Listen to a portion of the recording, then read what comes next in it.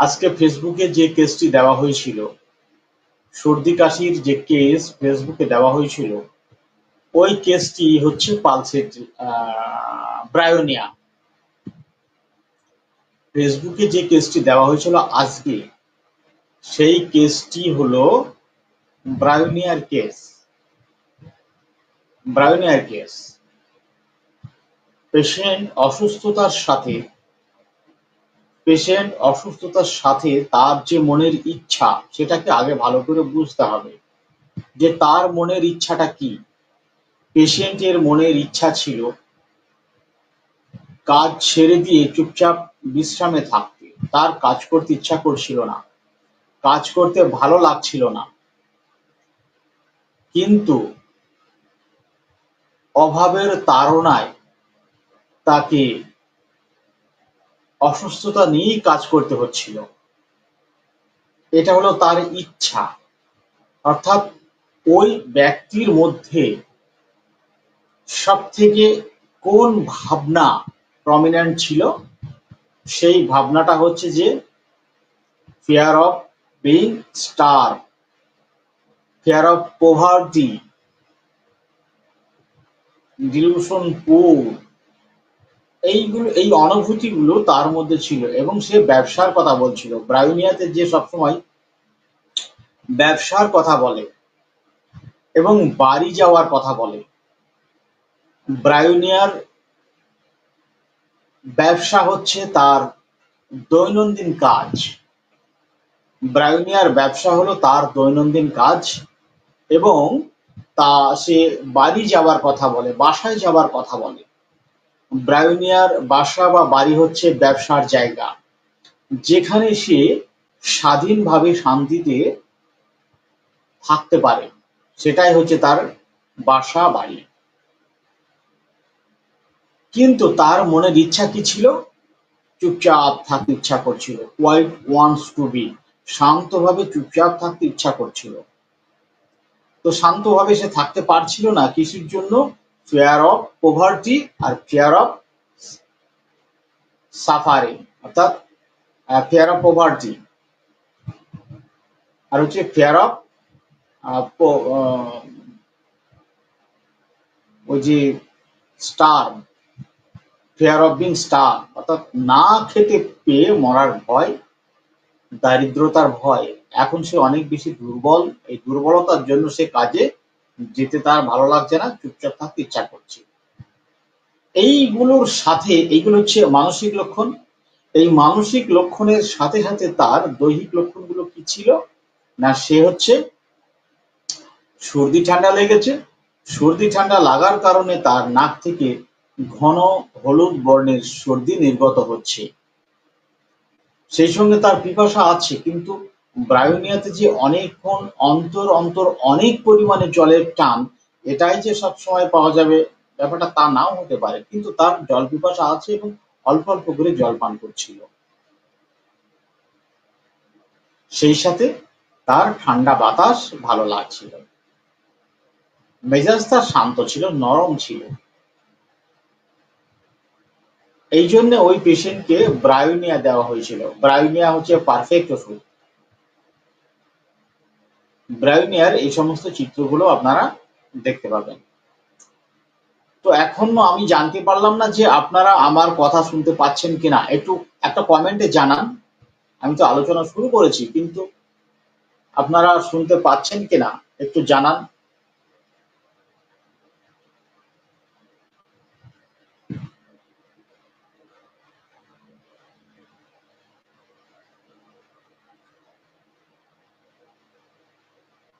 Doctor Manojit Nandi, আপনি বলুন আপনি আমার কথা শুনতে পাচ্ছেন কিনা।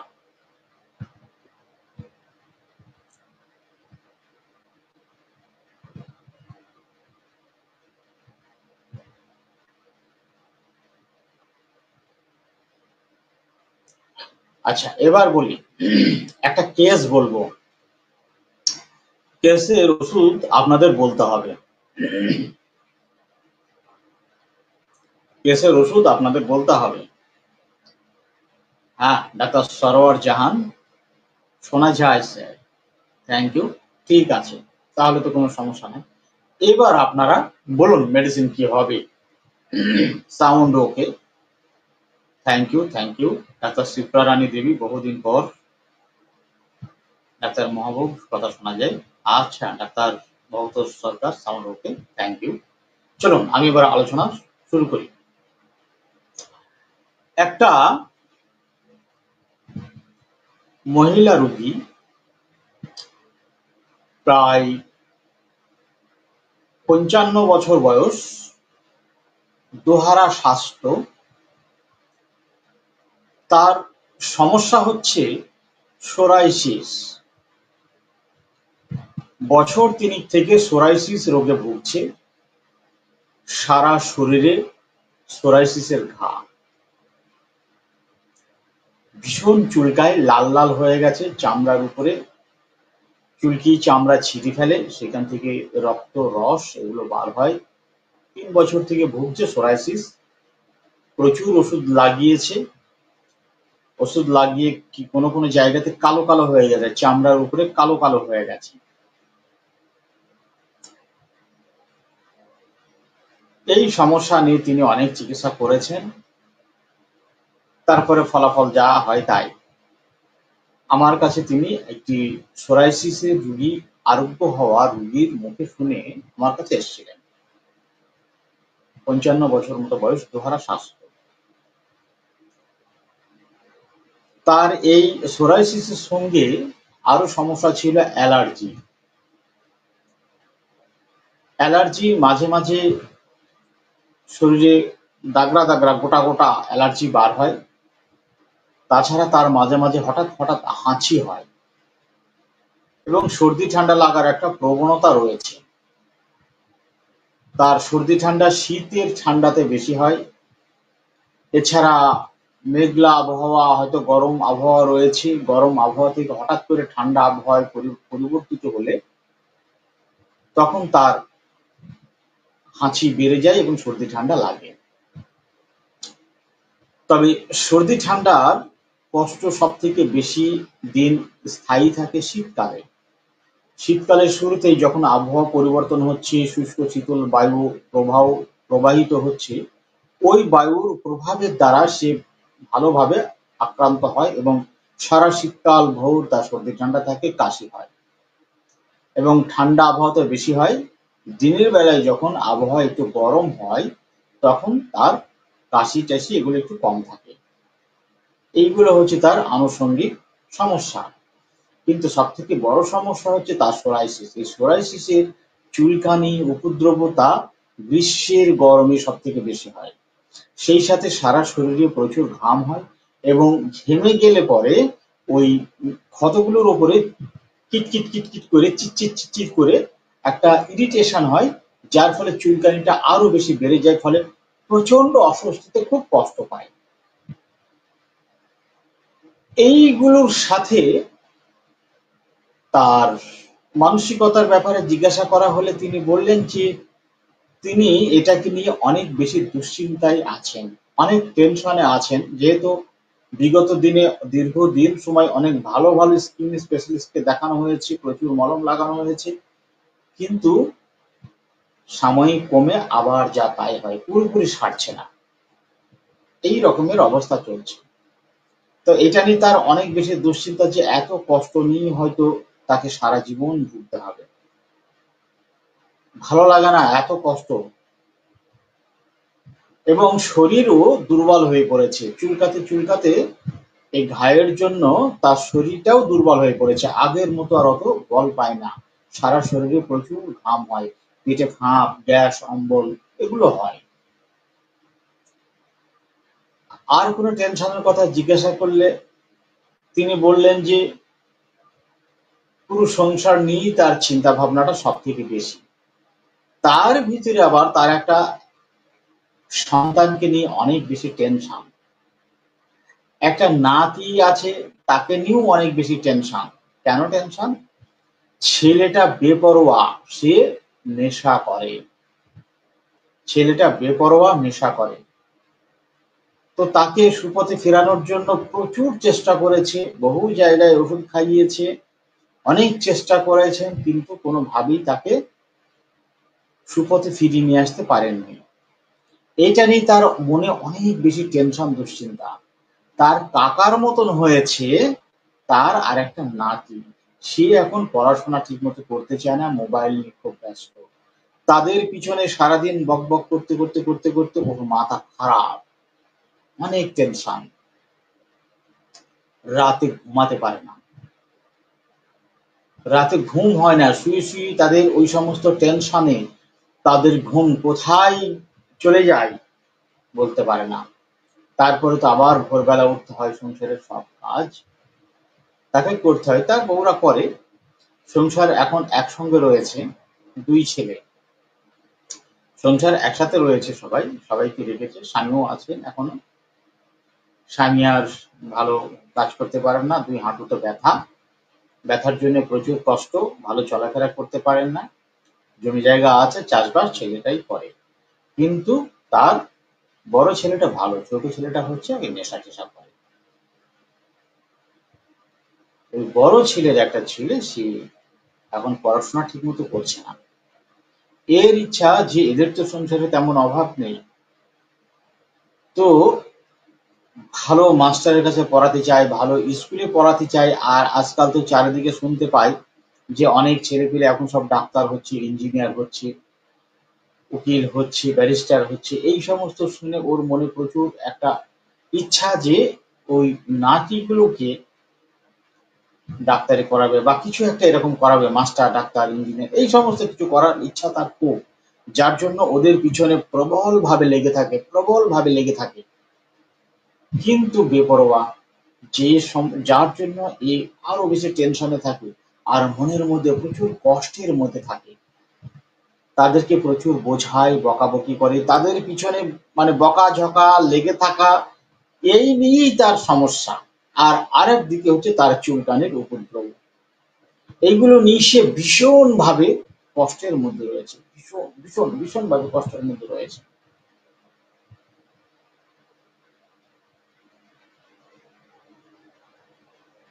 এই ছিল তার মানসিকতা। এখনো পর্যন্ত হাল ছাড়েননি, এখনো পর্যন্ত হাল ছাড়েননি। যে ওষুধ খাইয়ে তাদেরকে, তাদের মনটাকে ঠিক করা যায় কিনা সে ব্যাপারেও সে অনেক জিজ্ঞাসা করেছেন, এবং তাদেরকে সুস্থ করার জন্য পুরো ইচ্ছা ব্যক্তির রয়েছে, এবং তাদের জন্য প্রচুর উদ্বিগ্ন, উৎকণ্ঠিত, প্রচুর দুশ্চিন্তিত। এই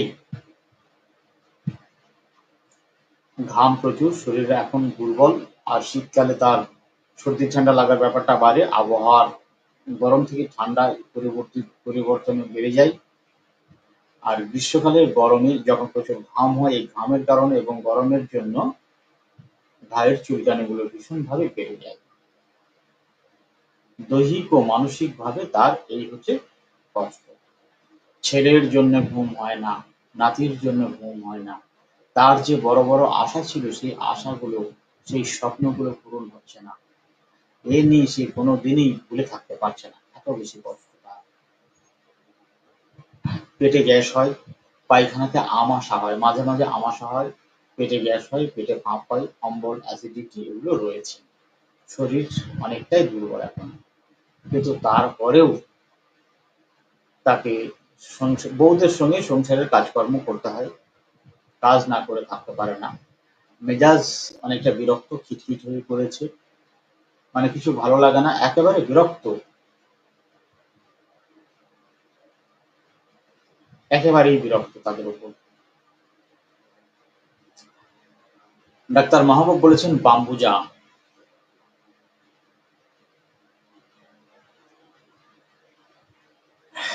লাইভটিকে একটু শেয়ার করুন, আলোচনা শোনার পাশাপাশি একটু শেয়ার করে দেন লাইভটা। টেলিগ্রাম গ্রুপে লাইভের লিংক শেয়ার করে দেন। আমাদের যে স্পেশাল টেলিগ্রাম গ্রুপ রয়েছে, সেই learner, ambition of learner special গ্রুপে লাইভের লিঙ্কটি শেয়ার করে দেন। আপনাদের নিজ নিজ টাইমলাইনে শেয়ার করুন।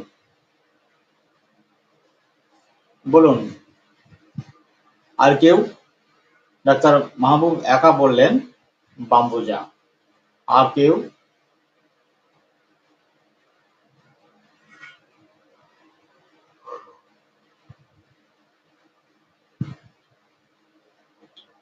আর কেউ কিছু বলবেন? এরকম পেশেন্ট আপনারা প্রায় পাবেন। কারণ হচ্ছে আজকের যুগে সন্তান সন্ততি মানুষের খুব কম। সন্তান সন্ততি একটু কম, একটা দুটো তিনটে, তার বেশি নয়। তাদের মধ্যে সব মানুষ নয়, এমন কিছু মানুষ রয়েছে যাদের মনের উচ্চ আশা আকাঙ্ক্ষা অনেক বেশি। শুধু উচ্চ আশা আকাঙ্ক্ষাই বেশি নয়, এই আকাঙ্ক্ষা বেশির সঙ্গে তাদের সেই লক্ষ্যকে অর্জন করার উদ্দেশ্যে পুরো সাপোর্ট দিতে থাকে, পুরো মনোযোগের সঙ্গে সাপোর্ট দিতে থাকে। এবং সাপোর্ট দিতে থাকার সাথে সাথে যদি সেই সন্তানগুলো বেপরোয়া হয়ে যায়, ঠিকমতো কথা না শোনে, তার ইচ্ছার অনুসারে ঠিকমতো উন্নতি করতে না পারে, তাহলে মানুষগুলোর শান্তি হারাম হয়ে যায়, মনে আর কোনো শান্তি পায় না। মানসিকভাবে এখন সবাই প্রতিযোগিতা করে চলে, একে অপরের সঙ্গে প্রতিযোগিতা করে চলে। বিশেষ করে মানে বাবাদের থেকে মায়েরা এসব ব্যাপারে বেশি উৎসাহী থাকেন এবং তারা অনেক বেশি চাপে টেনশনে থাকেন। ডাক্তার সরোয়ার জাহান বলেছেন মার্শাল।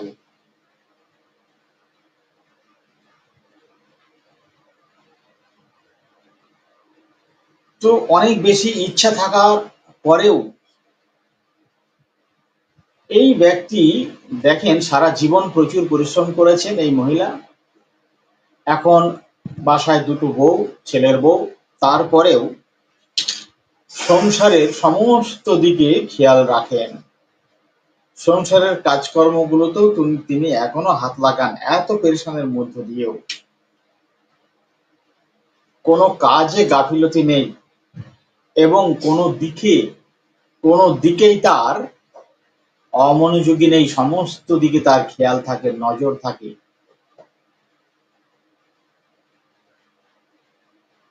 শুধু মনে ইচ্ছা থাকলেই হবে না, অনেকেই তো আছেন যে মনে অনেক বড় ইচ্ছা, সেই ইচ্ছা থাকার সঙ্গে সন্তানদের পিছনে সাপোর্ট দিচ্ছেন, তো সাপোর্ট দেওয়ার সাথে সাথে কি হয়, তারা অলস অথবা স্বার্থপর, সংসার থেকে আলাদা হয়ে যায়, শ্বশুর শাশুড়ির সঙ্গে থাকেন না,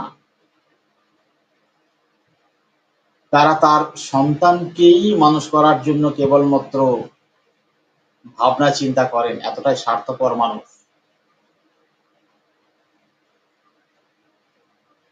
এতটাই স্বার্থপর মানুষ, এসব ব্যাপারগুলো বিবেচনা করতে হবে। আর এখানে কি হলো, তার দুটো সন্তান, তাদেরকে সংসারে রেখেছেন এবং তার সন্তানদের মধ্যে একজন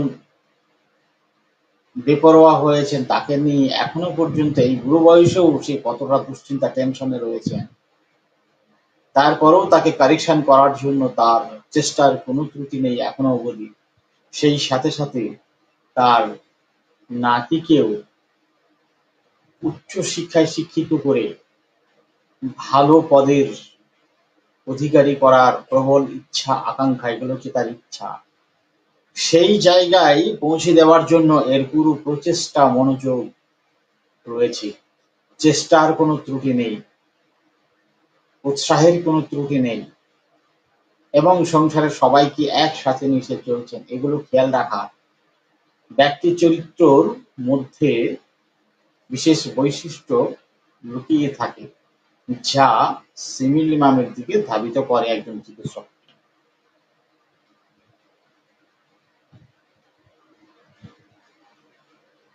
তো ঠিক আছে, চলুন আমি বলে দিচ্ছি। আপনারা ভুলে গেছেন সিমটম কোনগুলো। ফিজিক্যাল সিমটম গুলো কিছু নেন, প্রচুর ঘাম হয় শরীরে, দোহারা স্বাস্থ্য, প্রচুর ঘাম, সেই সঙ্গে শারীরিকভাবে এখন দুর্বল হয়ে পড়েছে।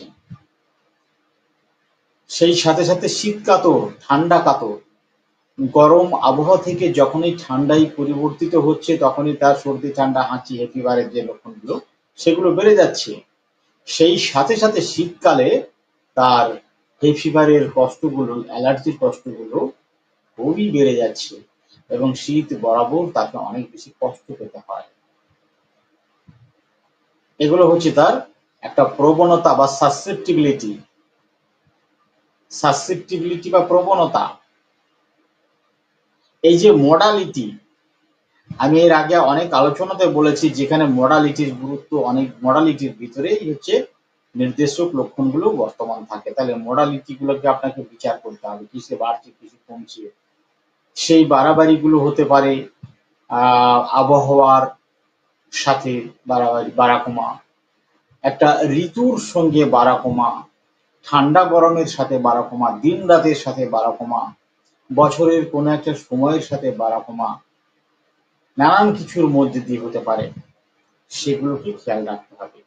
এগুলো গেল ফিজিক্যাল সিমটম। এই ফিজিক্যাল সিমটমের সাথে সাথে কি আসছে, ফিজিক্যাল সিমটমের পাশাপাশি আসছে সে সারা জীবন অক্লান্ত পরিশ্রম করেছেন পরিবারদের জন্য। এত বেশি পরিশ্রম করাকে আপনারা কি বলবেন? এই যে এত বেশি পরিশ্রম করছেন, এই এত বেশি পরিশ্রম করাকে কি বলবেন, কি ধরবেন? এত বেশি পরিশ্রম করাটা হচ্ছে তার একটা দায়িত্ব। আগেই বলেছি দায়িত্ব সাধারণত অন্তর থেকে হয়, দায়িত্ব হয় আন্তরিকভাবে। দায়িত্বের কাজ যদি পরিপূর্ণ না হয় তাহলে মানুষটা অনেক বেশি দুঃখী হয়ে যায়, কষ্ট পায়। আর যেখানে ডিউটি থাকে সেখানে কাজ না হলো, তার ডিউটি সে করেছে, বাকিটা যা হবে তা হবে। এই হচ্ছে ব্যাপার। তাহলে এখানে সে দায়িত্বশীলতার সঙ্গে অনেক বেশি কাজ করেছে। এই কাজ করার সাথে সাথে কি হচ্ছে, এত বড় হয়ে গেছে তার ছেলেরা, তার নাতিরা, তারপরেও সে তার ছেলেদেরকে এখনো কারেকশন করছে। এই কারেকশন করার জায়গা থেকে সে নিজেকে উঠিয়ে নিতে পারছে না এখনো পর্যন্ত। ইমপেশেন্স চিলড্রেন অ্যাবাউট হিজ, তার ঘুম হারাম হয়ে গেছে, শান্তি হারাম হয়ে গেছে। এইগুলো তো আপনাদের খেয়াল রাখতে হবে। তাহলে ফিজিক্যাল এবং মেন্টাল, এই মেডিসিনটা সিমিলিয়ার হলো না সিমিলিমাম হলো বলেন? যারা বলেন যে সংক্ষেপে করুন, এর চেয়ে সংক্ষেপ কিভাবে করতে হয় তাদের কাছ থেকে আমি শিখতে চাই একটু। কিন্তু সবাই মুখে বলছেন, কাজের কাছে কেউ আসছেন না। এর থেকে সংক্ষেপ কিভাবে হয় একটা পেশেন্ট দেখতে গেলে অনেকেই বলেন সংক্ষেপে বলুন, সংক্ষেপ করুন, সহজ করুন, সহজ।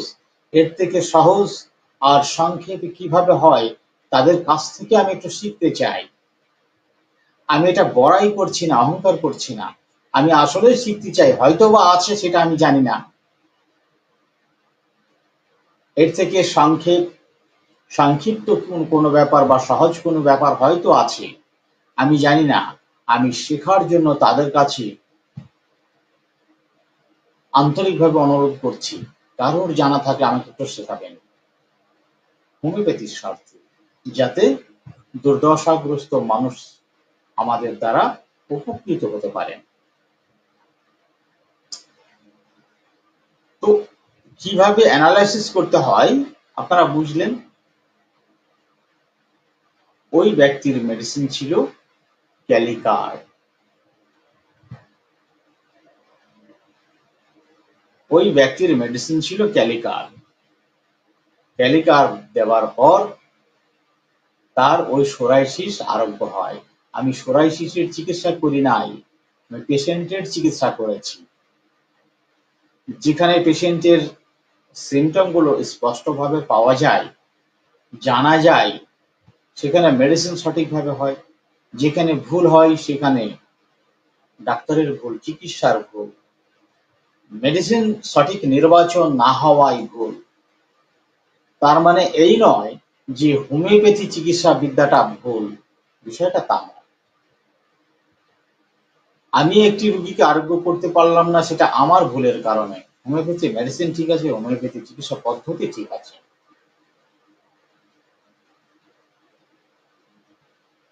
আপনারা লাইভটিকে একটু শেয়ার করুন। আপনারা শেয়ার করতে ভয় পাচ্ছেন কেন? আচ্ছা, ক্যালিকার্ড ঠিক আছে কি?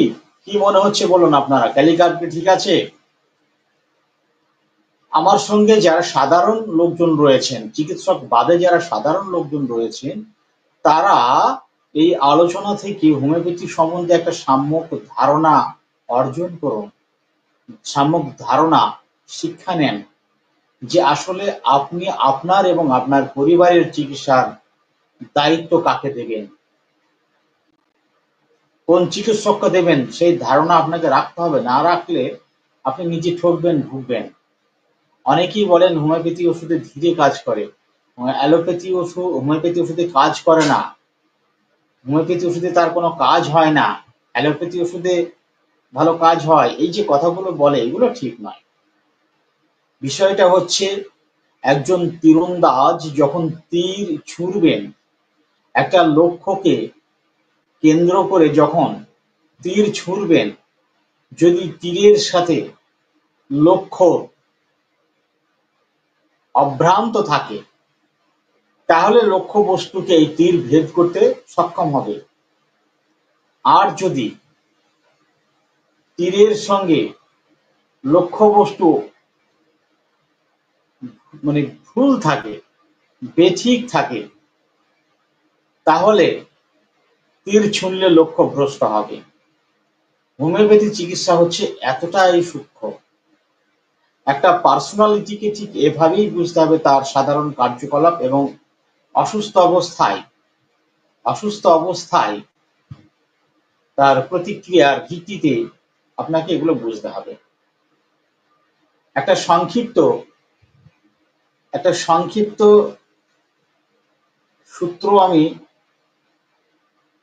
তৈরি করেছি আমি আমার অভিজ্ঞতা থেকে, যার মাধ্যমে খুব সহজে আপনার যে সম্বন্ধে যতদূর অভিজ্ঞতা আছে আপনি ততদূর বুঝতে পারবেন, অভিজ্ঞতার বাইরে আপনি বুঝতে পারবেন না। আপনার যতদূর জানা থাকবে আপনি ততটুকু বুঝতে পারবেন, কাজ করতে পারবেন। জানার বাইরে তো আপনি কিছু করতে পারবেন না। একটা সংক্ষিপ্ত সূত্র, HDMO পদ্ধতি, মেথড, HDMO মেথড, ব্যাস। দীর্ঘ অভিজ্ঞতার ভিত্তিতে এই জায়গাটা আমি রেডি করেছি, HDMO মেথড।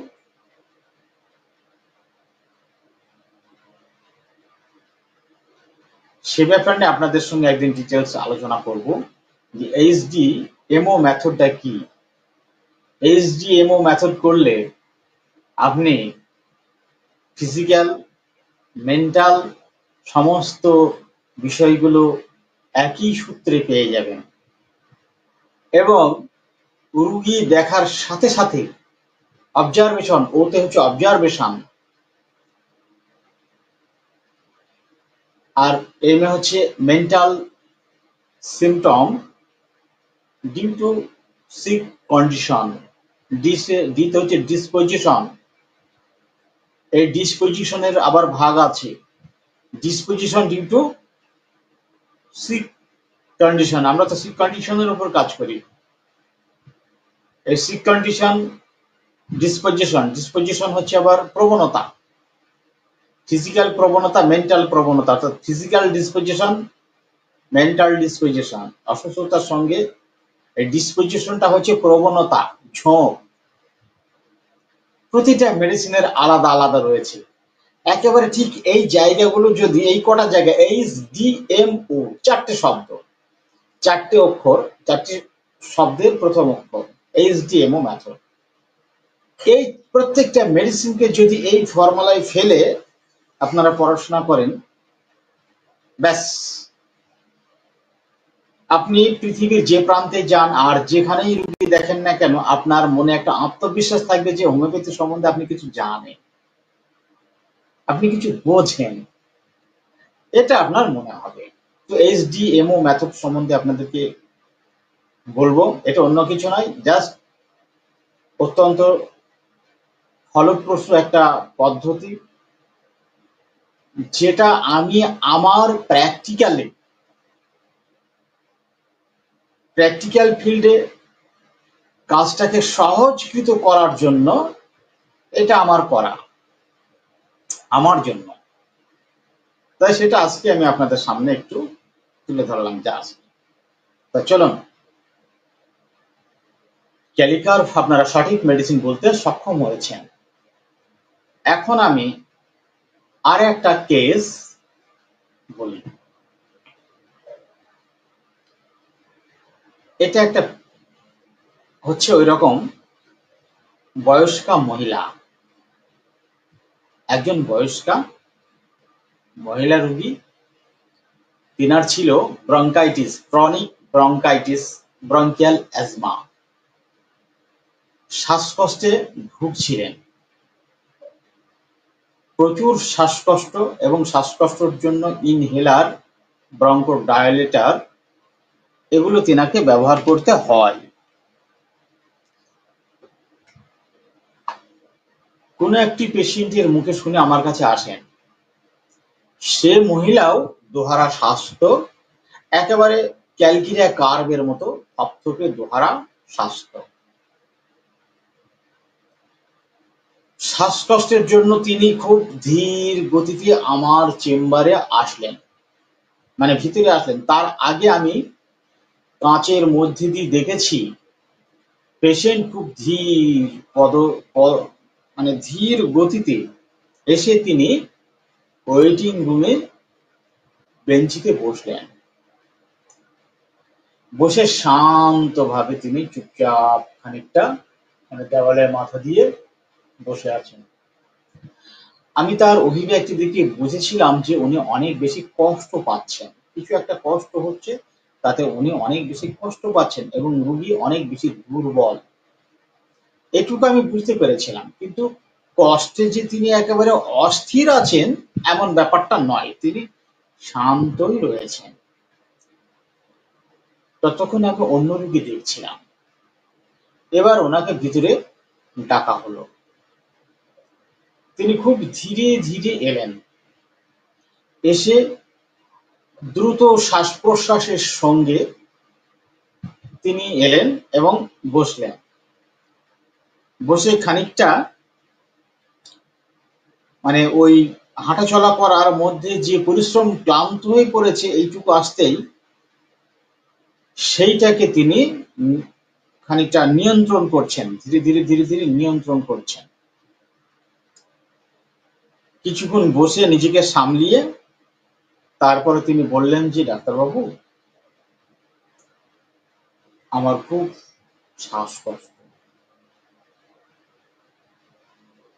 প্রচুর শ্বাসকষ্ট। এই যে আমি এলাম টোটো থেকে নেমে এই রাস্তার ওই পার থেকে এইটুকু আসতে কি আমি অনেক বেশি হাঁপিয়ে উঠেছি, প্রচুর কষ্ট হয়। আগে ইনহেলার দিলে তাড়াতাড়ি কমে যেত, ইদানিং দেখছি ইনহেলারে আর আগের মতো ভালো কাজ হচ্ছে না। পাড়ার একটি বউর কাছ থেকে শুনে আমি আপনার কাছে এলাম। তো আমি হোমিওপ্যাথি চিকিৎসা করিনি, অ্যালোপ্যাথি চিকিৎসাই করি। তো আমি এখন জানতে চাচ্ছি ডাক্তারবাবু, আমার এই শ্বাসকষ্ট আপনার হোমিওপ্যাথি ওষুধে কি সারবে? এত বেশি কষ্ট যে তখন গ্যাস নিতে হয়, আপনার হোমিওপ্যাথি ওষুধ কি ওই অত বড় কষ্ট কমাতে পারবে তখন? এটা আমি আপনার কাছে জানতে চাচ্ছি। যদি হয় তাহলে আমি হোমিওপ্যাথি চিকিৎসা নেব, আপনি ওষুধ দেন। আর যদি না হয় তাহলে আমাকে আবার অ্যালোপ্যাথি ডাক্তারের কাছে দৌড়াতে হবে। আমার কষ্ট খুব বেশি বেড়ে গেছে ইদানিং। শরীরটাও ভীষণ দুর্বল, প্রচুর দুর্বল হয়ে পড়েছে। সামান্য দুপা হাঁটলেই হাঁপিয়ে উঠছি। ভীষণ দুর্বল, মাথা ঘুরে যাচ্ছে, চোখে আঁধার দেখছি। খুবই কষ্ট পাচ্ছি। খুব অমায়িক টোনে, নরম টোনে তিনি কথাগুলো একটু ধীরে ধীরে ধীরে ধীরে বললেন। চেহারাতে আমি কোনো উদ্বিগ্নতা লক্ষ্য করিনি। খুব টেনশন, ভয়, উদ্বিগ্নতা তেমন লক্ষ্য করিনি। মানে উদ্বিগ্ন, টেনশন, দুশ্চিন্তা হলে মুখের চেহারাতে যে দুশ্চিন্তাগ্রস্ত একটা ছাপ পড়ে যায় বা ভয়ার্থ একটা ছাপ পড়ে যায়, সেই ছাপ আমি দেখিনি, যেটা স্বাভাবিক ছাপ ছিল। কিন্তু কথা বলার সময় তিনি কখনো হাসেননি। যেহেতু প্রচুর কষ্ট পাচ্ছেন, তিনি হাসেননি বটে, কিন্তু তার মনটা যেন ভয় বা দুশ্চিন্তা, টেনশন থেকে ফ্রি রয়েছে, এরকম মনে হলো। তো তিনাকে বললাম যে আপনি তাহলে এই কষ্ট যখন বেশি হয় খুব, তখন নিজেকে কিভাবে ম্যানেজ করেন? তিনি বললেন, ডাক্তারবাবু, যখন কষ্ট খুব বেশি হয় তখন তো চলাফেরা করার কোনো উপায় থাকে না। আমি তখন বিছানায় গিয়ে চুপচাপ শুয়ে পড়ি। তখন আর কারোর সঙ্গে আমার কথা বলতে ভালো লাগে না। কাজকর্ম তো করতেও পারি না, বুঝতেই পারছেন কত কষ্ট। আমি চুপচাপ শুয়ে পড়ি। তো এই এত বেশি যে কষ্ট পান, এত বেশি কষ্ট পাওয়ার কথা আপনি পরিবারের কাউকে বলেন? বললেন যে না, আমি কাউকে বলি না। বলে কি করব? তারা তো আমার কষ্ট সারাতে পারবে না, আমি তো ওষুধ খাচ্ছি। বৃথা তাদের টেনশন দেওয়া। আমি কাউকে বলি না। আচ্ছা আচ্ছা। তো এত বেশি সমস্যা, এত কষ্ট, এই সময় তো পরিবারের লোকজনদেরকে মানুষ বলে? না, আমি বলি না, বলতে ইচ্ছাও করে না। তো কাজকর্মগুলো কিভাবে ম্যানেজ হচ্ছে? কাজকর্মগুলো আমি যখন ভালো হই একটু, তখন উঠে আস্তে আস্তে আস্তে আস্তে সমস্ত কাজ আমি করি। আমার একটা মেয়ে, একটা ছেলে। মেয়েটার বিয়ে হয়ে গেছে, ছেলেটার বিদেশে থাকে। স্বামী আছে, তিনি নিজের থেকেই আমাকে দেখভাল করেন। ভালো মানুষ, তিনিও খুব ভালো। আমার সঙ্গে কোনো ঝামেলা করেন না। ছেলে মেয়ে খোঁজ খবর নেয়, এই জন্য আরো তাদেরকে বলার দরকার হয় না, তারা তো দেখছি। তো এত কষ্ট নিয়েও আপনার সংসারের কাজকর্ম করতে কেমন লাগে? ভালো লাগে ডাক্তারবাবু। কাজকর্ম করতে আমার কিছু মনে হয় না। আজীবন তো আমি কাজের মানুষ, কাজকর্ম প্রচুর কাজকর্ম করে এসেছি, তবুও তো এখন কাজকর্ম অনেক কম সংসারে। সামান্য সামান্য কাজ। আগে তো অনেক খাটতে হতো, পরিশ্রম করতে হতো। এখনকার মানুষের তো অনেক সুখ হয়ে গেছে। তো এতটুকু কাজ আমার কাছে কিছু মনে হয় না। কাজ করতে পারলে আমার ভালো লাগে।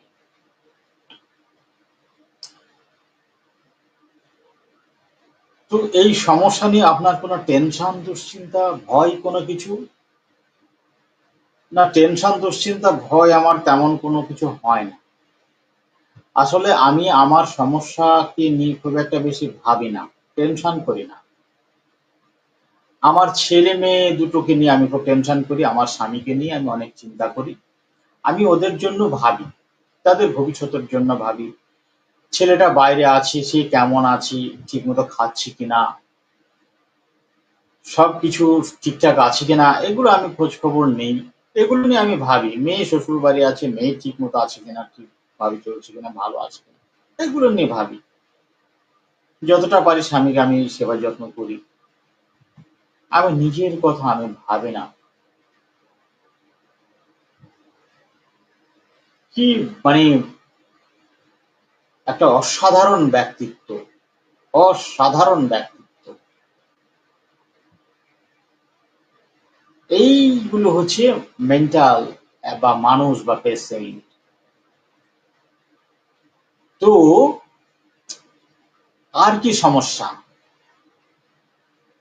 অ্যালার্জি আছে, মাঝে মাঝে হাঁচি হয়, আর আমার এই শ্বাসকষ্ট সাধারণত খুব বেশি হয় ধুলোতে কাজ করলে, ধুলোতে এবং বাক্সে তুলে রাখা কাপড় চোপড়গুলো বার করলে বেশি হয়, শুকনো খড় জ্বালানি নাড়াচাড়া করলে বেশি হয়, ঝাঁঝালো কোনো জিনিসে বেশি হয়, ঠান্ডাতে বেশি হয়, ঘাম প্রচুর হলে, ঘাম বসিয়ে গেলে শরীরে এগুলো হয়, ঠান্ডাতে ভিজলে হয়। শরীরে আমার ইমিউনিটি পাওয়ার খুবই কম। আর কোনো সমস্যা? আর কোনো সমস্যা তেমন নেই। পায়খানা আমার মাঝে মাঝে শক্ত এবং মাঝে মাঝে পাতলা, কখনো কয়েকদিন শক্ত হয় তারপর হঠাৎ করে পাতলা হলো, এরকম ভাবে দীর্ঘদিন ধরে হয়। তাছাড়া তেমন কোনো সমস্যা নাই। কোনো খাবারের প্রতি লোভ ইচ্ছা খুব বেশি? না। কোনো খাবারের প্রতি আমার যে খুব বেশি লোভ খেতেই হবে তেমন কিছু নাই। ঘাম কেমন হয়? ঘাম স্বাভাবিক, ঘাম যে খুব বেশি হয় তা না, স্বাভাবিক। আর পাঁচটা মানুষের যেমন হয় আমারও তেমন হয়, তবে বগলের ঘামে একটু গন্ধ আছে। বগলের ঘামে একটু গন্ধ আছে। বগলের ঘামে একটু গন্ধ আছে। আচ্ছা আচ্ছা। আর না, আর কিছু না। আচ্ছা। ঘুম কেমন হয়? শ্বাসকষ্ট হলে তখন খুব একটা ভালো ঘুমাতে পারি না, অনেক সময় উঠে বসে থাকতে হয়। সেই ভোরের দিকে গিয়ে হয়তো একটু ঘুমালাম, সারা রাত জেগে থাকতে হয়। তারপরে মেজাজ কেমন থাকে? ডাক্তারবাবু, মেজাজ আমার শান্তই থাকে, মেজাজ আমার নরম থাকে, মেজাজ খারাপ হয় না। তো সারা রাত জাগার পরে পরের দিন আপনার সংসারের কাজকর্ম একটু বেলা হলে তো আমার কষ্ট কমে যায়, তখন উঠে আস্তে আস্তে ধীরে ধীরে কাজ করি। তারপরে কাজ সবসময় তো আর কাজ থাকে না, যখন না থাকে তখন একটু ঘুমিয়ে নিই। কিন্তু মন মেজাজ আমার ভালো থাকে, খারাপ থাকে না। আমি চাই আমার স্বামীটার জন্য ঠিকঠাক টাইমে রান্না বান্না করে তাকে খেতে দিতে হবে, এটা আমি চাই। আর যদি তাকে ঠিকঠাক সময়ে খেতে দিতে না পারে তাহলে আমার ভালো লাগে না, একদম ভালো লাগে না। ব্যাস, এই হচ্ছে কেস।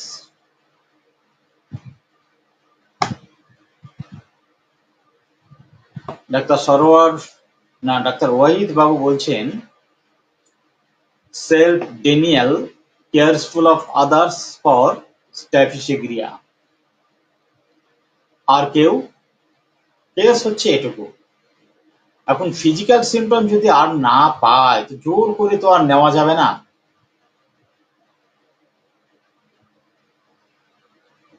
Populous indica.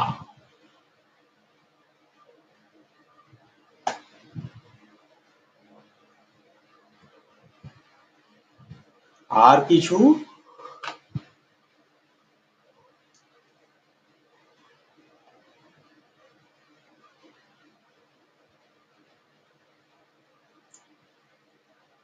কপোলাস ইন্ডিকার কাছাকাছি ওষুধটি। ক্যালিকার, ডাক্তার সরোয়ার জাহান, ক্যালিকার। ক্যালিকার খুব বকাবকি করে না? খুব বকাবকি করে, অন্যের ভুল ধরে, সংশোধন করে। তার ভাবনা চিন্তা আলাদা। অন্যদের মঙ্গলের উদ্দেশ্যে ক্যালিকার অন্যের মঙ্গলের উদ্দেশ্যে ভালো কিছু করা, অন্যের মঙ্গলের উদ্দেশ্যে ভালো কিছু করা, যাতে তারা জীবনে ভালো থাকে, ভবিষ্যতে ভালো থাকে, এইসব ভাবনা চিন্তার দ্বারা আবিষ্ট থাকে ক্যালিকার। এখানে তো সেই রকমের অনুভূতি আসেনি। এখানে সবাইকে মানে কাউকে সংশোধন করতে হবে, সুপথে পরিচালনা করতে হবে, ঠিক ভাবে চালাতে হবে, মেজাজ খিটখিটে হয়ে যাচ্ছে, তাদের বকাঝকা দিচ্ছি, এমন ব্যাপারগুলো তো কোথাও নেই। এই ব্যক্তিটা দেখেন কত সুন্দর টোন, এই টোনটা কি? টোন কখনো উঁচুই ওঠে না, টোন কখনো উঁচুই উঠলো না, এত সুন্দর ব্যবহার। এটা কি?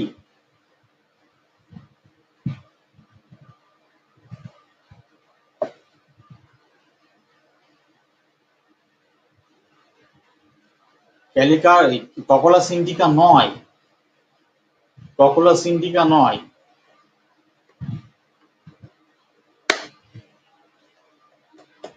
ককলা সিন্ডিকার কাছাকাছি, ফিলিংসটা ককলা সিন্ডিকার কাছাকাছি।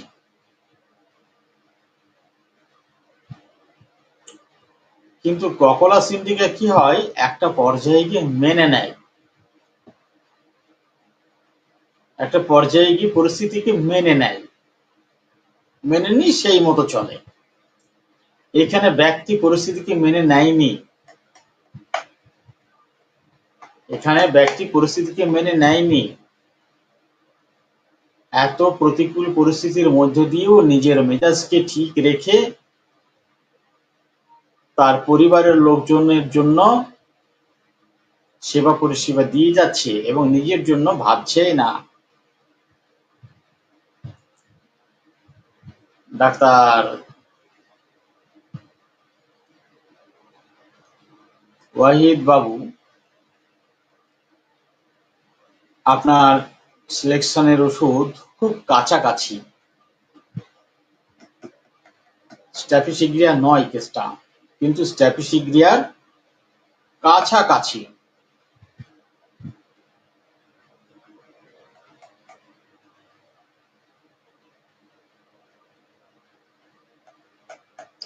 স্ট্যাফিসিগ্রিয়া যা কিছু করে তার নিজের স্বার্থে করে, সে ভীষণ সেলফিশ মানুষ। স্ট্যাফিসিগ্রিয়া যা কিছু করে সব নিজের জন্য। সে যদি ভিখারিকে ভিক্ষা দেয় তবুও নিজের জন্য। তার ভাবনা কি থাকে, না ভিখারিকে ভিক্ষা দিচ্ছি, এটার জন্য আমার পুণ্য হবে এবং ওপরওয়ালার কাছে আমি ভালো থাকবো, ওপরওয়ালার কাছে আমি ভালো থাকবো, নিজের স্বার্থে। আর এখানে আমার এই পেশেন্ট নিজের স্বার্থের কোনো কিছু ভাবেনি এবং স্ট্যাফিসিগ্রিয়াতে কি হয়, তার বিরুদ্ধে গেলে স্ট্যাফিসিগ্রিয়া ভিতরে ভিতরে প্রচন্ড রেগে যায়, ইন্ডিগনেন্ট ফিল করেন, সেটা অন্যায় মনে করে, অন্যায়, এবং অবরুদ্ধ ক্ষোভ ও অন্যায় ফেটে পড়ে, কোনো কিছু বলে দিতে ইচ্ছা করে, কোনো কিছু প্রকাশ করতে ইচ্ছা করে, কিন্তু সুনাম নষ্ট হবার ভয়ে সে সেটা করে না, চেপে রাখে, দমন করে রাখে জোর করে। এগুলো হচ্ছে সিমিলিয়ার ওষুধ সব। আপনারা সিমিলিয়ারের কাছাকাছি ঘুরছেন, বাহ। একটা জিনিস আমার ভালো লাগলো, আপনারা সিমিলিমামে পৌঁছতে না পারলেও সিমিলিয়ারের কাছাকাছি রয়েছেন, মানে আপনারা কুসংস্কার থেকে বার হয়ে আসতে পেরেছেন, প্রিজুডিস থেকে বার হয়ে আসতে পেরেছেন, এবং হোমিওপ্যাথির সিস্টেমে যে সিমিলিমাম পদ্ধতিতে চিকিৎসা করার যে নীতি রয়েছে, আপনারা সেই নীতির দ্বারা পরিচালিত হচ্ছেন, আপনাদের উত্তরের দ্বারা বোঝা যাচ্ছে। আপনারা মেডিসিনের কাছাকাছি ঘোরাঘুরি করছেন। এই মেডিসিন আমার নিশ্চিত আপনাদের জানা নেই। যার জন্য আপনারা কাছা মানে সিমিলিমামে আসতে পারেন। জানা থাকলে আপনারা এসে যেতেন সিমিলিমামে। আপনাদের যা জ্ঞানগর্ভ, আপনাদের ধারণা থেকে আমি বুঝতে পারছি। আসলে আমার মোবাইলে মনে আছে আপনাদের হয়তো গতদিন আমি আপনাদের কোনো কমেন্ট দেখতে পাইনি। কমেন্টের উপরে দুটো অপশান চলে এসছে, ওই অপশান দুটোকে কোনোভাবেই সরানো যাচ্ছে না, এবং বহু চেষ্টা করে দেখেছি কোনো পদ্ধতিতে ওকে সরানো যাচ্ছে না, যার জন্য আমি ল্যাপটপ চালু করে রেখেছি, আপনাদের কমেন্টগুলো আমি ল্যাপটপে দেখছি, যার জন্য আপনারা মাঝে মাঝে আমাকে নিচের দিকে তাকাতে দেখছেন। আমি আপনাদের কমেন্টগুলো ল্যাপটপে দেখছি। আমি বলি, আমার ওই পেশেন্ট হচ্ছে পডোফাইলাম। আমার পেশেন্ট হলো পডোফাইলাম। আমার ওই পেশেন্ট ছিল পডোফাইলাম, কার্সিনোসিন নয়, একেবারে সিমিলিমাম। এরা সব সিমিলিমাম।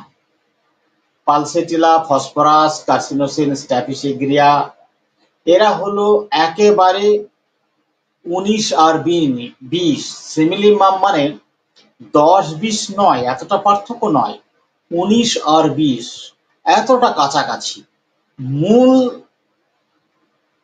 মানে ফিলিংসটা যদি আপনারা বুঝতে পারেন, তাহলে এই পেশেন্টগুলোকে পার্থক্য করতে আপনাদের কাছে 1 মিনিটও লাগবে না। যাই হোক, বুঝতে পেরেছি আপনাদের যথেষ্ট উন্নতি হচ্ছে। এটা হলো পডোফাইলামের কেস। সিমটমগুলো কি ছিল একটু বলে দিই। রুব্রিকগুলো, সিমটমগুলো, সেটা হচ্ছে indifference, complain, does not. Indifference, does not complain, সে কোনো অভিযোগ করে না। আর কি ডিজায়ার, নাথিং ডিজায়ার, তার কোনো কিছু চায় না, যার জন্য সে কোনো অভিযোগ করে না। Self Daniel, doctor Wahid babu যেটা নিয়েছিলেন, self denial, right right symptom ছিল।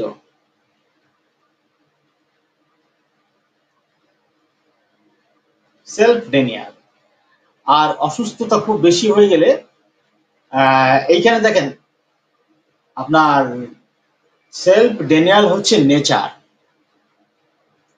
একটা পেশেন্ট যখন দেখা হয়, ওই যে এইচডিএমও পদ্ধতি, এইচডিএমও পদ্ধতিতে যদি কেসটা ফেলে দেওয়া যায়, তাহলে কেসটা ঠিক হলো না ভুল হলো আপনি নিজেই বিচার করতে পারবেন। এবং এই সিমটমের মধ্যে কোনটা নেচারের সিমটম, কোনটা তার মানে অ্যাডাপ্টেশন বা অসুস্থতা অবস্থায় অভিব্যক্তির সিমটম, এটা আপনি নিজেই বিচার করে ফেলবেন। সেলফ ডেনিয়াল হলো নেচার, সুস্থ অবস্থায়, ইনবর্ন, এটা অর্জন করা নাই, ইনবর্ন নিয়েই জন্মগ্রহণ করেছে। ইনডিফারেন্স, কমপ্লেন, ডাজ নট, এটাও জন্মগতভাবে পেয়েছে এবং অসুস্থ অবস্থাতেও সেটা বিরাজ করে। ডিজায়ার, নাথিং ডিজায়ার, একই ব্যাপার এগুলো। কিন্তু অসুস্থতার পর্যায়ে একটা প্রমিনেন্ট সিমটম, সেটা হচ্ছে quiet wants to be and rest desire for. এটা সুস্থ অবস্থার লক্ষণ নয়, এটা অসুস্থ অবস্থার লক্ষণ। যখন সে অসুস্থ হয়ে পড়ে এবং অসুস্থতা অনেক বেশি বেড়ে যায়, তখন quiet wants to be and rest desire for, এই লক্ষণে, এই লোক মানে এইভাবে সে নিজেকে ম্যানেজ করে অসুস্থ অবস্থায়।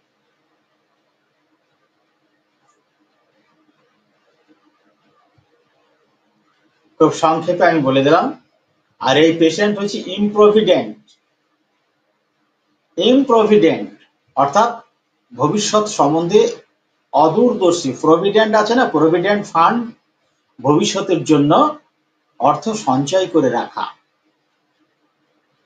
অনেকেই ভাবছেন যে ডাক্তারবাবুর দাঁতের এই মাঝখানে ফাঁক, এটা কি করে হলো, তাই না? অনেকেই ভাবছেন। তা আমার দাঁতের যত্ন আমি নিতে পারি নাই, দাঁতটা চলেই গেল, এটা ভাবছেন, খারাপ লাগে আপনাদের কাছে অনেকে। বিষয়টা হচ্ছে, বলি, আমি ভীষণভাবে আইসক্রিম পছন্দ করি। আইসক্রিম, এবং সে আইসক্রিম পছন্দ করি শীতকালে, গ্রীষ্মকালে নয়। গ্রীষ্মকালে আমার এত আইসক্রিম ভালো লাগে না। শীতকালে যত বেশি ঠান্ডা পড়বে আমি আইসক্রিমের আকর্ষণ, আমার কাছে আইসক্রিমের আকর্ষণ তত বেশি। যত বেশি ঠান্ডা পড়বে তত বেশি আইসক্রিম ভালো লাগে। তো আইসক্রিম আমি এত পছন্দ করি শীতে, এবং বিশেষ করে দিনের থেকে রাত্রিবেলাতে বেশি ভালো লাগে, একটা পিকুলারিটি ব্যাপার। তো আইসক্রিম খেতে গিয়ে ওর যে কাঠি থাকে সেই কাঠির উপরে চাপ লেগে গিয়েছিল, কোনোভাবে অসাবধানে চাপ লেগে গিয়েছিল, এবং এত জোরে চাপ লেগে স্লিপ করেছিল যে এই দাঁতটা আমার নড়ে গিয়েছিল, ভীষণ ভাবে নড়ে গিয়েছিল। সেই দাঁত আমি ২.৫ বছর পর্যন্ত রাখতে পেরেছিলাম। শেষের দিকে তারপরে মাঝে মাঝে কি হয়, খেতে গিয়ে লাগতো অটোমেটিক্যালি। দাঁত যখন নড়ে গেছে তখন হয় পিছনের দিকে ঠেলে যাচ্ছি, নাই ভিতরের দিকে ঠেলে যাচ্ছে, আর খাবার সময় চাপ লাগছে প্রচন্ড যন্ত্রণার সাথে। একটু একটু করে নড়তে নড়তে নড়তে নড়তে প্রচুর মানে নড়ে গিয়েছিল, হ্যাঁ একেবারে নড়বড়ে হয়ে গিয়েছিল। শেষের দিকে ওকে আর নিয়ে চলা সম্ভব হচ্ছিল না, ফলে কিছুদিন আগে দাঁতটাকে তুলতে হলো।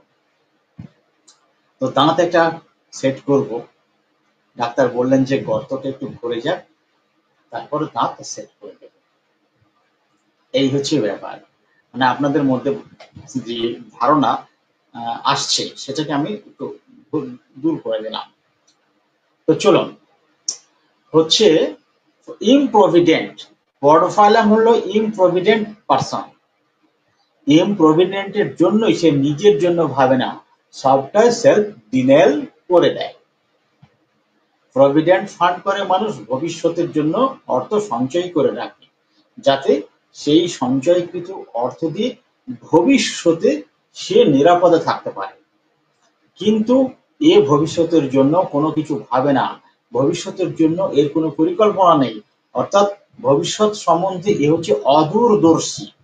ভবিষ্যতে তার কি ঘটবে না ঘটবে সে ব্যাপার সম্বন্ধে এর কোনো ধারণা থাকে না,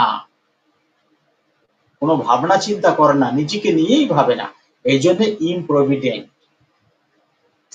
তারপরে কি হচ্ছে, এই যে সুন্দর করে কথা বলছিল, এটা হচ্ছে অ্যাফেকশনেট, অ্যাফেকশনেট রিটার্ন অ্যাফেকশন, যেটা দেখতে ফসফরাসের মতো লাগছিল।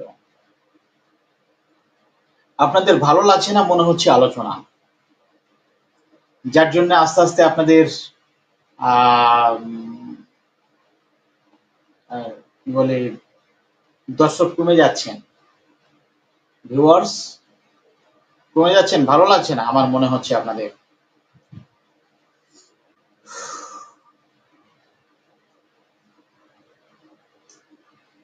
এই জন্য পড়ফাইলাম নিশ্চয়ই এবার বোঝা গেছে।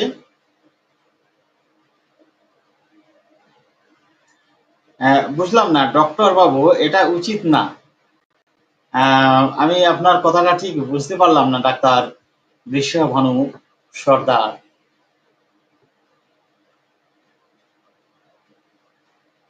এটা উচিত না। আপনি মানে কি জন্য বলছেন যদি একটু বলতেন, আমি ঠিক বুঝতে পারলাম না।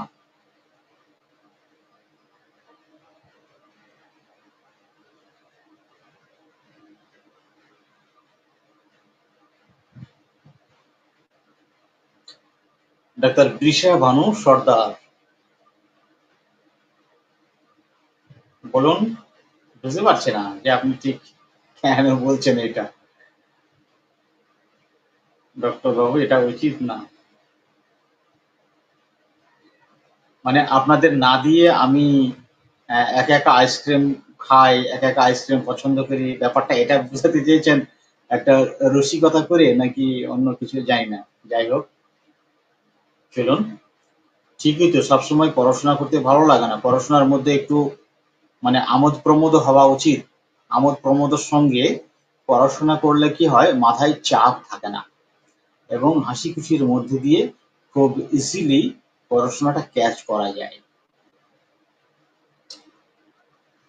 তো জানি না আপনাদের ভালো লাগছে কিনা, ভিউয়ার্স কমে যাচ্ছে মানে আপনাদের পছন্দ হচ্ছে না, কিভাবে আলোচনা করলে পছন্দ হবে জানি না। চলুন এবার আমি আরে একটা কেস নিয়ে আলোচনা করি। কেসটা দারুণ, দারুণ কেস, সোরাইসিস। আর একটা সোরাইসিসের কেস। সেই সঙ্গে বাতের ব্যথা, সোরাইসিসের সাথে বাতের ব্যথা। Thank you doctor Wahid Babu, thank you. তো সোরাইসিসের সঙ্গে বাতের ব্যথা, এটি হলো একজন পুরুষ মানুষ, একহারা চেহারা, মানে শীর্ণ লিকলিকে এমন না, তার বরাবরই স্বাস্থ্য হচ্ছে ওরকম একহারা চেহারা, কিন্তু শরীরের শক্তি যথেষ্ট গঠন, মজবুত গঠন। এইরকমের একজন ব্যক্তি অনেক দিন থেকে সোরাইসিস রোগে ভুগছেন এবং ৫-৬ বছর থেকে দুই হাঁটুর বাতের ব্যথাতে কষ্ট পাচ্ছেন। তিনি একজন চাষি মানুষ, চাষের কাজ করেন, মজবুত গঠন শরীর।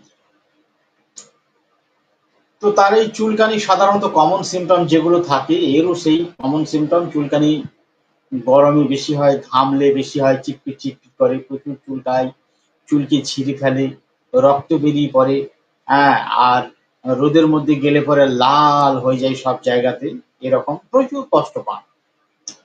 হাঁটুর ব্যথার জন্য এখন তিনি উবু হয়ে বসতে পারছেন না, চাষের কাজও করতে পারছেন না, উঁচু হয়ে বসতে হয়, অনেক কষ্ট পাচ্ছেন।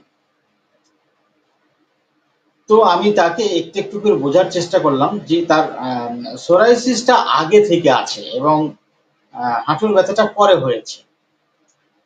তো সোরাইসিসের জন্য তার সমস্যা কি? সোরাইসিসের জন্য তার অন্য কোনো সমস্যা নাই। তার সমস্যা হচ্ছে যে চুলকানি, জ্বালা করে এবং চুলকায়, চিটপিট চিটপিট করে রৌদ্রের মধ্যে। গ্রীষ্মকালে একটু কম থাকে এগুলো। এই আর মানুষজনের মধ্যে গেলে তো একটু খারাপ লাগে, অনেকেই মিশতে চায় না, কাছে আসতে চায় না, ঘৃণা করে, তাদের গায়ে হয়ে যাবে এরকম একটা ভয় পায়।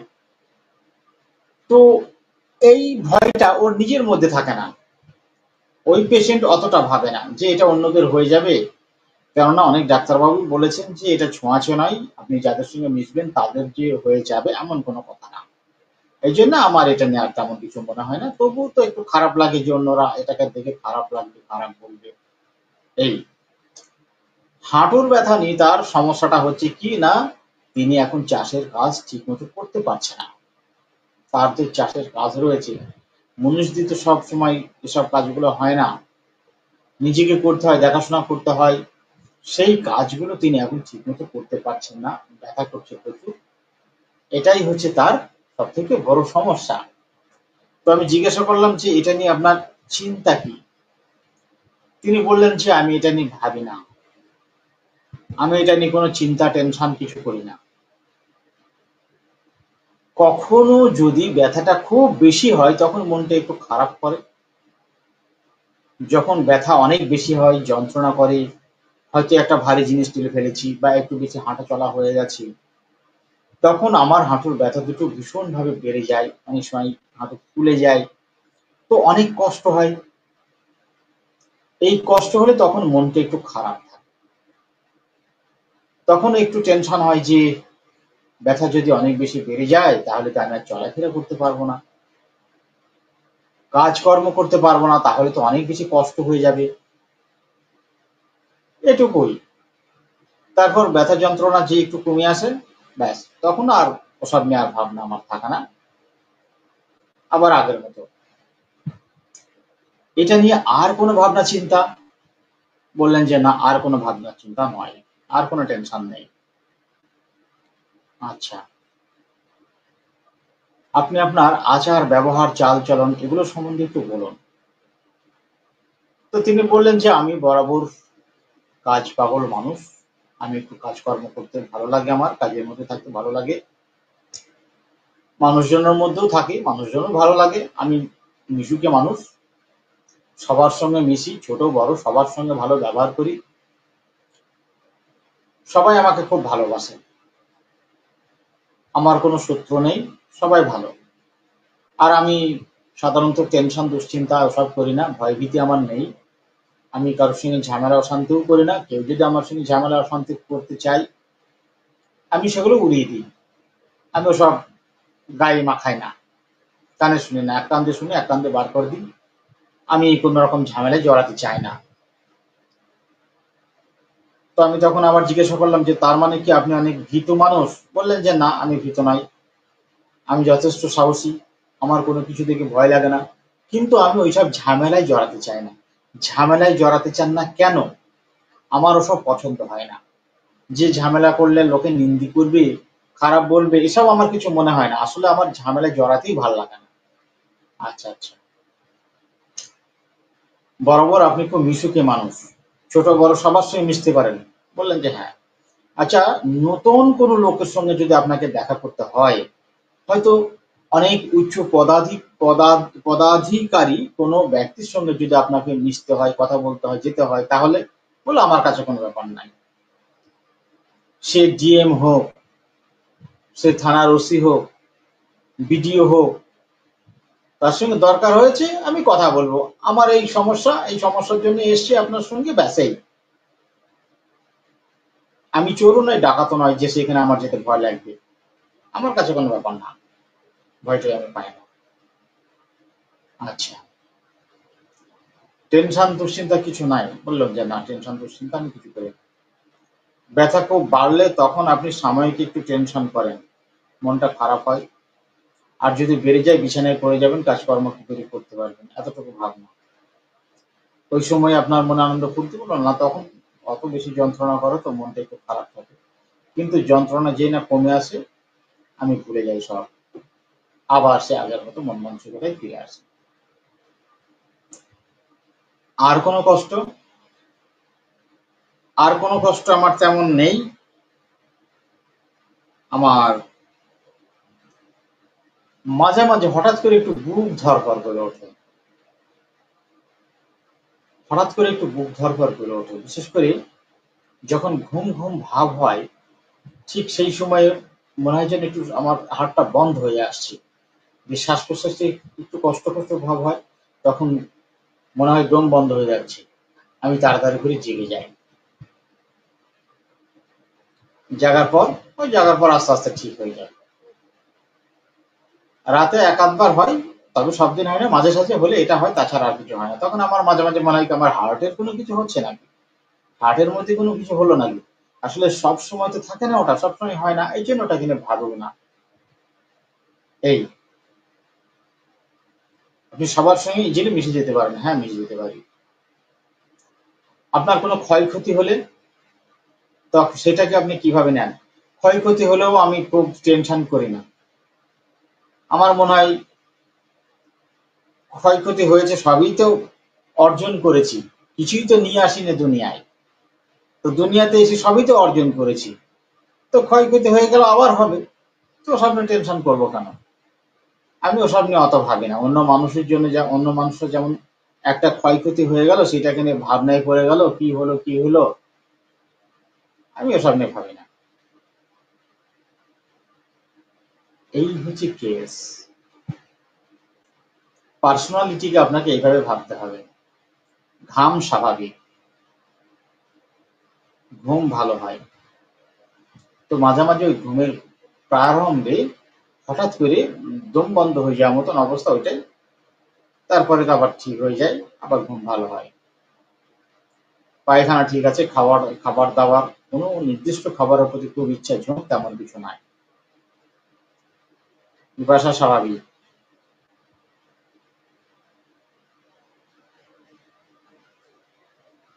কি মেডিসিন বলুন? ডক্টর কৃষ্ণকান্ত বর্মন স্পঞ্জিয়া বলেছেন। আর কেউ?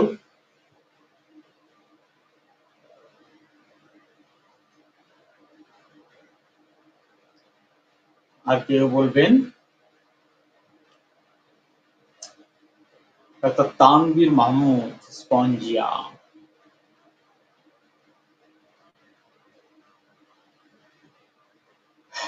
কিন্তু স্পঞ্জিয়াতে গ্ল্যান্ডের গ্ল্যান্ড ফোলার সমস্যা, মানে গ্ল্যান্ড আক্রমণের সমস্যা, সেটা হার্টকে হতে পারে, পুঁচকির গ্ল্যান্ড হতে পারে, বগলের গ্ল্যান্ড হতে পারে, আপনার টনসিল হতে পারে, যে কোনো গ্ল্যান্ড ফোলার, লিম্ফ্যাটিক গ্ল্যান্ড হতে পারে, এইসব গ্ল্যান্ড ফ্লোর একটা প্রবণতা থাকে, সেই সঙ্গে শুষ্ক শীতল ঠান্ডা বায়ুর প্রভাবে আক্রান্ত হওয়ার প্রবণতা থাকে এবং সন্ধিবাত, সেই সঙ্গে ব্রঙ্কিয়াল অ্যাজমা যেখানে হুইজলিং সাউন্ড, এগুলো সব থাকে ইত্যাদি ব্যাপারগুলো আর কি, সেইগুলো এই পেশেন্টের মধ্যে কিছু নেই।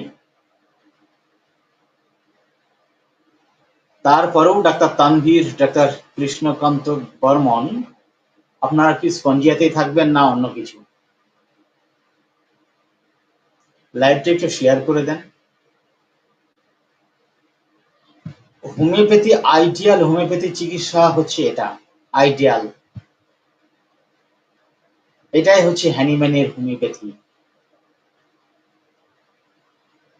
যেখানে ফিজিক্যাল সিমটম আপনাকে সাপোর্ট দেবে আপনি সেখানে ফিজিক্যাল সিমটম নেবেন, কেন কারোর সাপোর্ট নেব না? কিন্তু যেখানে ফিজিক্যাল সিমটম সাপোর্ট না দেবে, মানসিক লক্ষণ আপনাকে একটা মেডিসিন দাঁড় করিয়ে দিচ্ছে, তো সেখানে টেনশনের তো কিছু নয়। হোমিওপ্যাথি সিস্টেমই রয়েছে যে আপনাকে পেশেন্টের চিকিৎসা করতে হবে, রোগের নয়। তার রোগের দ্বারা সৃষ্ট একটি ফিজিক্যাল সিমটম যদি আপনাকে সাপোর্ট না করে, তো সেখানে বাড়াবাড়ি করার তো কোনো কিছু নাই। মানসিক লক্ষণ যদি পুরোপুরি আপনি ব্যক্তিত্বকে আইডেন্টিফাই করে ফেলতে পারেন, ব্যাস ওকে।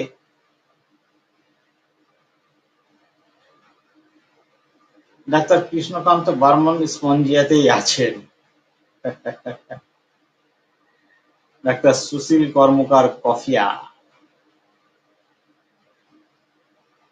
বাহ, লড়াই শুরু হয়ে গেল। আমি কিন্তু আপনাদের কাছ থেকেও শিখছি, আপনাদের কাছ থেকেও শিখছি, মনে মনে চুরি করছি আমি আপনাদের কাছ থেকে। কিভাবে? যখন আপনারা সিমিলিয়ার মেডিসিন গুলো তুলে নিয়ে আসেন, তখন না আমি ভীষণ মজা পাই। আমি কি করি, মেন মেডিসিন সম্বন্ধে যেখানে আমার সব লেখা আছে, সেই লেখার জায়গাতে আপনাদের সিমিলার মেডিসিন গুলো তুলে নিয়ে আসি, তুলে নিয়ে এসে সেগুলো পাশে আবার লিখে নেই ছোট ছোট করে, আপনার প্র্যাকটিক্যালি অ্যাপ্লাইড এর উপর মেডিসিন গুলো লেখা থাকে, যাতে করে আমি HDMO পদ্ধতির অনুসারে খুব সহজে মেডিসিনটিকে অ্যাপ্লাই করতে পারি প্র্যাকটিক্যাল ফিল্ডে। HDMO পদ্ধতি, এটা আপনাদের কাছে একেবারে নতুন মনে হচ্ছে, অবশ্যই নতুন, কারণ এই পদ্ধতি কেউ জানে না। আসলে আমি সর্বদা চেষ্টা করেছি আমি আমার চিকিৎসা পদ্ধতিকে, মানে পদ্ধতিকে বলতে আমি আমার চিকিৎসার অভিজ্ঞতাকে কতটা সহজতর করতে পারি, যাতে করে আমি অল্প পরিশ্রমের মধ্যে দিয়ে পেশেন্টকে বুঝে যেতে পারি। সেইটা করতে গিয়ে আমি এই ফর্মে এগুলোকে বাঁধার চেষ্টা করেছি, ফর্মে আকার দেওয়ার চেষ্টা করেছি। এই কেউ ভুল বুঝবেন না, আপনারা আমাকে কেউ ভুল বুঝবেন না। প্র্যাকটিক্যাল যারা আমার কাছে শিখছেন, ambition of homeopathy learning Telegram গ্রুপে যারা আমার কাছে শিখছেন, তাদের কাছে বিষয়টা আমি ক্লিয়ার করে দেব, তখন আপনারা বুঝতে পারবেন, ভুল বুঝবেন না। তো চলুন, ভিডিও লম্বা হয়ে যাচ্ছে। কংগ্রাচুলেশন যারা স্পঞ্জিয়াতে রয়েছেন, কংগ্রাচুলেশন। টেস্টি স্পঞ্জিয়া, কফিয়া হচ্ছে অত্যন্ত সিমিলার ওষুধ, কিন্তু আমি কফিয়াকে কখনোই ভেবেছি কিনা একবার দেখে নিই। আমার লেখার জায়গাতে কফিয়াকে আমি রাখতে পেরেছি কিনা একবার দেখে নিই।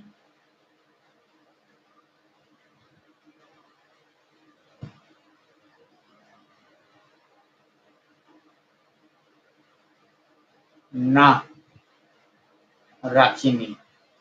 এইভাবে কম্পেয়ার করে করে আমি মেডিসিন গুলো লিখছি আমার ব্যবহারের জন্য, আমার প্রয়োজনের জন্য। তো কফিয়াকে এখানে আমাকে নিয়ে আসতে হবে। কফিয়া একদম সিমিলার ওষুধ।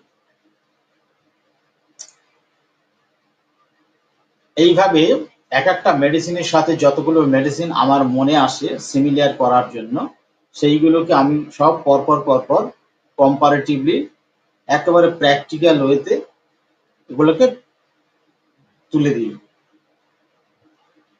যাতে করে এই গ্রুপের যতগুলো মেডিসিন আছে ততগুলো প্রত্যেকটা মেডিসিনকে আপনি বইয়ের পাতা উল্টিয়ে দেখে নিতে পারেন যে কোন মেডিসিনটা পেশেন্টের সঙ্গে সদৃশ হচ্ছে। এটা একটা চমৎকার পদ্ধতি। যদি আপনি বুঝতে না পারেন যে মেডিসিনটা কে হচ্ছে, আপনি পেশেন্টকে বসিয়ে রেখে দরকার হয় কিছুক্ষণ সময় পেশেন্টকে আপনার ক্লিনিকের বাইরে ওয়েটিং রুমে বসিয়ে রাখুন, দিয়ে ওই পেজটাকে আপনি ওই টপিকের উপরে যে মেডিসিনগুলো কম্পারেটিভলি লেখা রয়েছে সেইগুলোর মধ্যে আপনি সম্ভবত পেয়ে যাবেন। এভাবে সব রেডি করছে আর কি। যাই হোক, মেডিসিনটা হলো স্পঞ্জিয়া। কংগ্রাচুলেশন যারা স্পঞ্জিয়া বলেছেন তাদের। কফিয়া নয়, কফিয়া হচ্ছে প্রচন্ড আপনার কি বলবো, কল্পনা বিলাসী মানুষ, প্রচুর কল্পনা করে। সে আপনার কিছু ক্রিয়েটিভ অ্যাক্টিভিটি নিয়ে খুব কল্পনা করে, ক্রিয়েটিভ অ্যাক্টিভিটি, এবং সেই ক্রিয়েটিভ অ্যাক্টিভিটিকে বাস্তবে রূপ দেওয়ার জন্য ঘুম হারাম করে ফেলে। এখানে সেই ফিলিংসটা কোথাও নেই, কোথাও নেই, যার জন্য কফিয়া নয়। তো খুব ভালো লাগলো, কফিয়াকে আমি এখানে রাখবো। এখনই আমি লিখে নিই।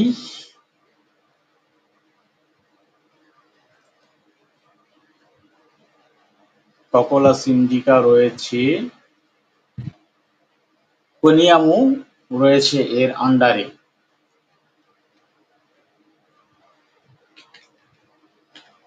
কফিয়া ক্রুডা, এটাকে আমি কালকেই রেডি করে ফেলবো।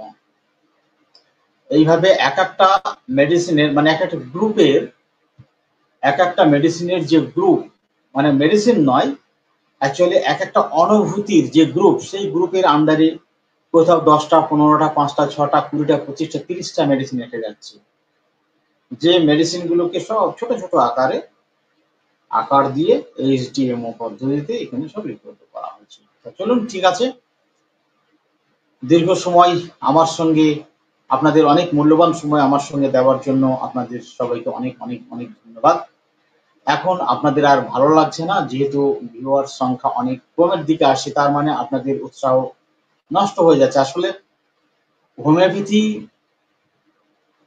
কেউ শিখতে চান না, এটা আমার ধারণা হয়েছে। হোমিওপ্যাথি শিখতে চান না, মানে শতকরা একজন ব্যক্তি শিখতে চান না, হাজারে একজন দুজন ব্যক্তি আছেন যারা শিখতে চান, তাছাড়া শিখতে চান না।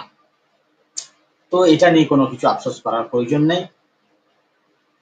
সবাই ফটকাবাজির মধ্য দিয়ে যেভাবেই হোক উতরাতে চেষ্টা করেন, ফলে পিছিয়ে থাকার জায়গা থেকে এগিয়ে যাওয়ার জায়গা কখনোই তৈরি হয় না। তো এই video ambition of homeopathy YouTube চ্যানেলে আপলোড করা থাকবে, অ্যাম্বিশন অফ হোমিওপ্যাথি ইউটিউব চ্যানেলে আপলোড করা থাকবে। যাদের মন চাইবে তারা আপনারা অ্যাম্বিশন অফ হোমিওপ্যাথি ইউটিউব চ্যানেলে গিয়ে আরো অনেক ভিডিও রয়েছে, সেখান থেকে দেখে নিতে পারেন। আজকের আলোচনা কেমন লাগলো যদি আপনারা আপনাদের কমেন্টের মাধ্যমে একটু জানান। আজকের আলোচনা আপনাদের কাছে কেমন লাগলো? আপনাদের মতামত না পেলে আমি বুঝতে পারবো না যে আলোচনা কেমন লাগছে, কেমন হচ্ছে।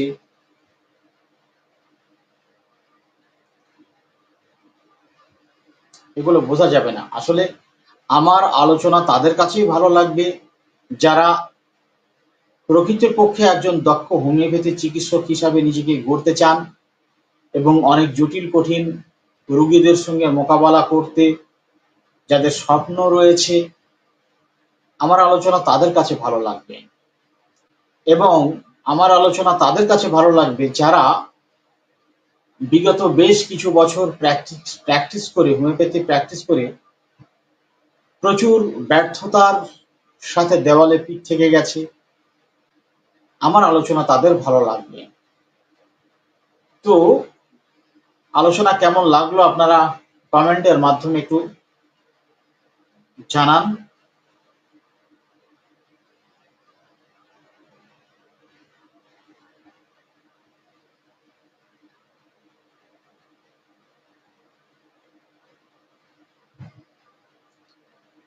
তো ঠিক আছে, চলুন। আপনারা কেউ কমেন্ট লিখতে চাইছেন না, ভিডিও অনেক লম্বা হয়ে যাচ্ছে, আলোচনা অনেক লম্বা হয়ে যাচ্ছে, এতক্ষণ ধরে আপনারা অধৈর্য হয়ে যাচ্ছেন, এই জন্য আলোচনা আজকে পর্যন্তই থাক।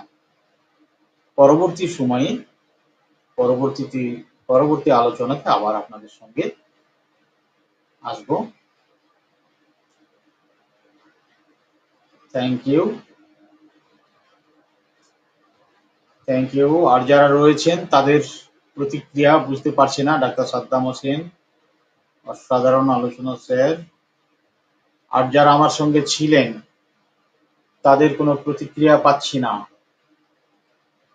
প্রতিক্রিয়া না পেলে তো বুঝতে পারবো না যে আলোচনা আপনাদের কাছে আসলে কেমন লাগছে। খুবই সুন্দর doctor Bhagat Sarkar, thank you.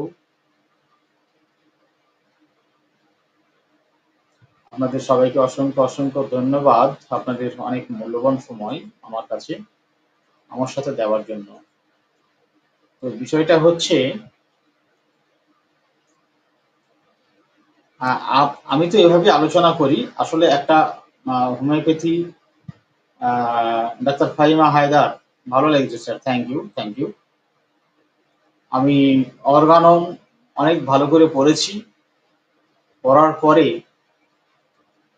প্রথমে আমি যা ঠিক করেছিলাম তা হচ্ছে আসলে মানে হোমিওপ্যাথি পড়াশোনা কেমন ভাবে করতে হবে, প্র্যাকটিক্যাল বিষয়টা কেমন হবে সেই বিষয়টা সবার আগে আমি বুঝেছি। বোঝার পর তারপরে সেই মতো করে একটা প্রথমে পরিকল্পনা তৈরি করেছি, যাকে ভিত বলা হয়, পড়াশোনা করার ভিত।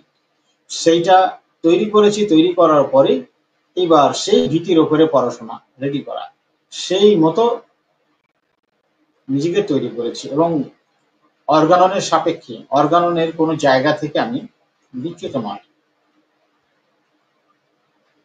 তো এর বাইরেও যদি আপনাদের কারো কিছু পরামর্শ থাকে আপনারা কমেন্টের মাধ্যমে অবশ্যই জানাবেন। বিশেষ করে অ্যাম্বিশন অফ হোমিওপ্যাথি ইউটিউব চ্যানেলের কমেন্ট বক্সে আপনারা লিখে আমাকে অবশ্যই জানাবেন। তো ভালো থাকবেন, সুস্থ থাকবেন।